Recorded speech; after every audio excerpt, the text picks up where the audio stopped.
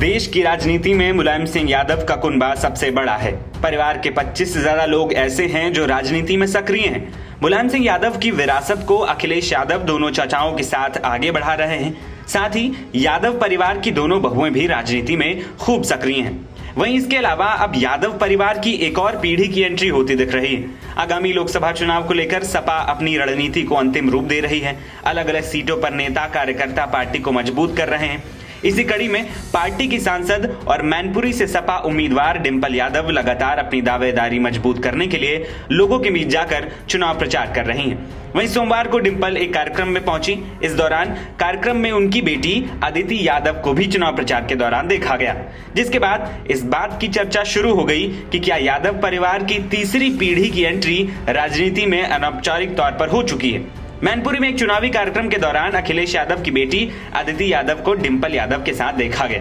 वो कुछ महिला कार्यकर्ताओं के साथ बैठी नजर आईं। अदिति इससे पहले अपने माता पिता के पोस्ट शेयर करती रही हैं, लेकिन पहली बार उन्हें चुनाव प्रचार के दौरान देखा गया है। वहीं इस दौरान मीडिया से बात करते हुए डिंपल यादव ने बीजेपी सरकार पर जमकर हमला बोला। नहीं, ईवीएम में लोगों में बहुत असमंजस है। बहुत सारे लोग लगातार बीते चुनाव में बात बोलता है, हमने वोट तो इस पार्टी को दिया लेकिन हमारा वोट निकला नहीं है।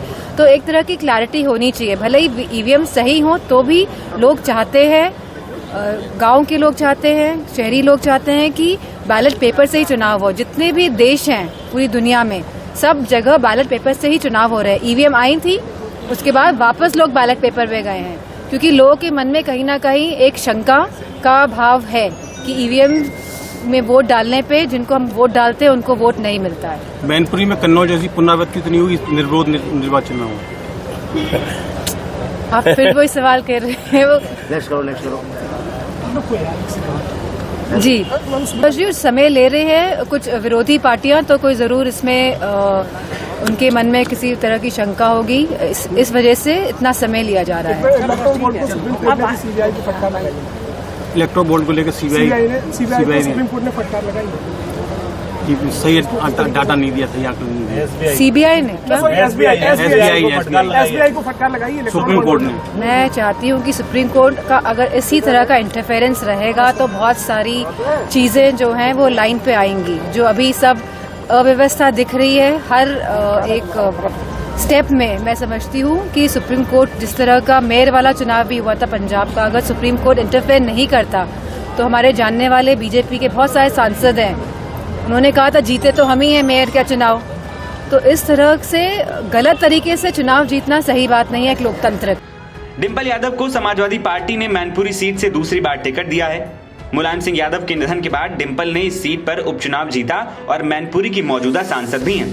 मैनपुरी के लोगों ने ही मुलायम को पहली बार संसद भेजा था। इसके बाद से लगातार समाजवादी पार्टी के उम्मीदवार इस सीट से जीतते रहे।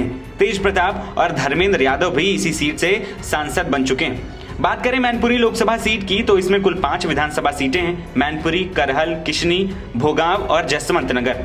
2011 की जनगणना के अनुसार मैनपुरी जिले में 93.48% हिंदू आबादी है। यहाँ यादव वोट निर्णायक भूमिका में रहते हैं। 2019 में यहाँ 17.2 लाख मतदाता थे।